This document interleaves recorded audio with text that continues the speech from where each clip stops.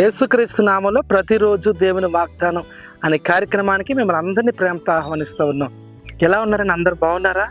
దేవుని కృపలో దయలో వర్తిల్లుతున్నారా? ప్రార్థన చేసుకోండి, నమ్మకంగా ఉండండి.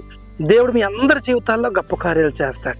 ఆదివారం ఆరాధనలు జరుగుతున్నాయి. ఇప్పటికే వేల మంది ప్రజలు వస్తున్నారు. యేసయ్య సన్నిధి వీరంపాలు రండి, గొప్ప గొప్ప కార్యాలు మీరు అనిపిస్తారు. పిల్లలు లేరా? నెమ్మది లేదా? సమాధానం లేదా? అప్పుల్లో ఉన్నారా? దేవుడు మీతో మాట్లాడి మేము బలపరచబోతుండగా మంచి అవకాశం మీరందరూ ఉపయోగించుకోండి. ఆదివారం 9:30 నుంచి 12 గంటల వరకు ఆరాధన. దూరాల నుంచి వచ్చిన వారు అందరికీ ప్రత్యేకమైన భోజనాలు గనుక మిమ్మల్ని అందరినీ ప్రేమతో ఆహ్వానిస్తూ ఉన్నాం. ఈ రోజు కూడా అద్భుతమైన వాగ్దానం ఇస్తున్నారు. ఈ వాగ్దానం అనేక మందికి షేర్ చేయండి. వాగ్దానం చదువుకుందాం. యెషయా గ్రంథము 30వ అధ్యాయము 19వ వచనం. నీవిక ఏ మాత్రము కన్నీళ్లు విడువవో, యు షల్ వీప్ నో మోర్. హల్లెలూయా. దేవుడు అద్భుతమైన వాగ్దానం ప్రవేశిస్తూ ఉన్నాడు. నీవిక ఏ మాత్రము కన్నీళ్లు విడవవు. ప్రభు నీతోనే మాట్లాడుతున్నాడు. నా ప్రియ సహోదరి, ప్రియ తమ్ముడు, చెల్లి, ఈ ఉదయకాల సమయంలో ఏ మాట, ఏ వాగ్దానం వస్తుందని మీరు ఎదురు చూస్తూ ఇది ఆన్ చేసుకున్నారు. ప్రభు మీతో మాట్లాడుతున్నాడు. నీవిక ఏ మాత్రము కన్నీళ్లు విడవు.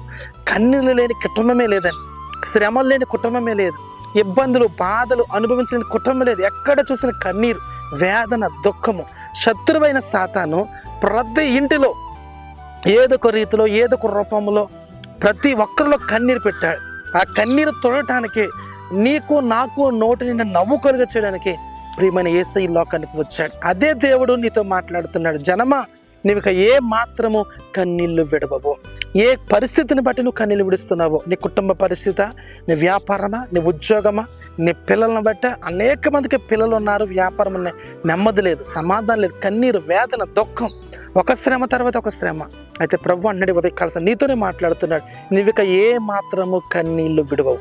నువ్వు కన్నీళ్లు విడవవు అంటే దేవుణ్ణి పట్ల అద్భుతం చేయబోతున్నాడు. నీ కష్టాలు తీర్చబోతున్నాడు, నీ వేదన తీసివేయబోతున్నాడు, నీకున్న రోగము, నీ శరీర బలహీనతను స్వస్థపరచబోతున్నాడు, నేను బాగు చేయబోతున్నాడు. గనుకనే ఆయన అంటున్నాడు, నీవిక ఏ మాత్రము కన్నీళ్లు విడవవు. నువ్వు కన్నీళ్లు కరిస్తే ఊరుకునే దేవుడు కాదని.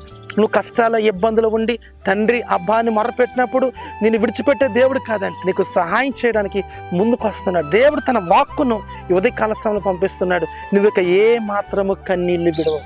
నీ కన్నీరు నాట్యంగా మారబోతున్నాయి. బూడిదకు ప్రతిగా పూదండ ఇవ్వబోతున్నాడు. నీ దుఃఖమునకు ప్రతిగా ఉల్లాస వస్త్రం ఇవ్వబోతున్నాడు.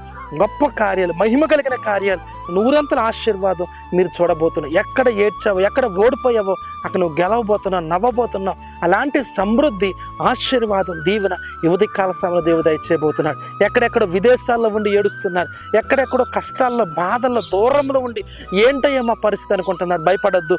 నీవు కన్నీళ్లు విడవకుండా దేవుడు నీకు సహాయం చేయబోతున్నాడు. ప్రార్థనలు ఏకీభవించండి. ప్రభువా నీకు స్తోత్రం. ఎంతోమంది ఉదయకాల సమయంలో ఈ వాగ్దానం విన్నారు. జనమా, నీవిక ఏ మాత్రము కన్నీళ్లు విడవన్నావు తండ్రి. వారందరి కన్నీళ్ళు తొడబడిను గాక, శ్రమలు, కష్టాలు, వేదన తీసివేయబడిను గాక. ఈ వాగ్దానం విని ప్రార్థనలు ఏకీవిస్తున్నా కానీ చాలా మంది అద్భుతాలు జరుగుతున్నాయి, గొప్ప కార్యాలు జరుగుతున్నాయి. మీరే సహాయం చేసి నడిపించి దీవించమని యేసు నామమున అడుగుచున్నాము తండ్రి.